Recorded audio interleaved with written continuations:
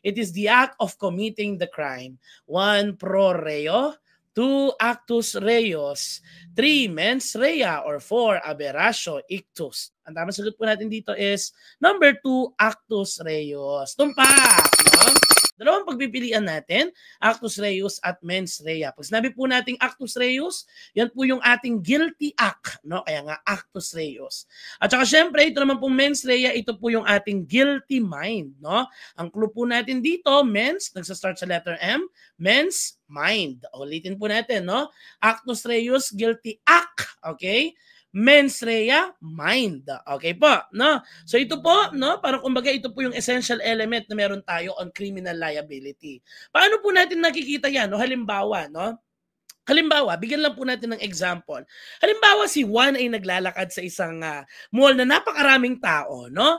At accidentally, siya po ay nakabunggo, no, ng ano ba ito? Ito po ay si Juan po ay nakabunggo ng isang naglalakad, no? At natapon yung kapeng hawak niya doon sa bag, no, nung may-ari. Kaso mamahalin yung bag, no?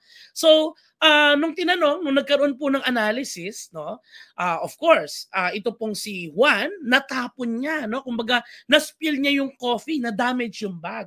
Ibig sabihin, on the elements of crime, check na yung actus reus kasi it's a guilty act. Nangyari na po siya, no?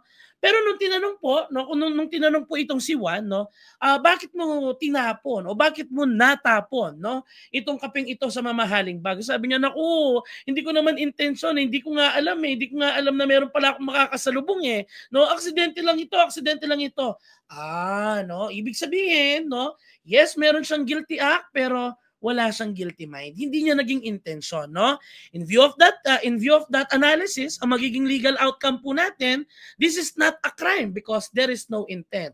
Nawala po yung mens rea. Clear po ba?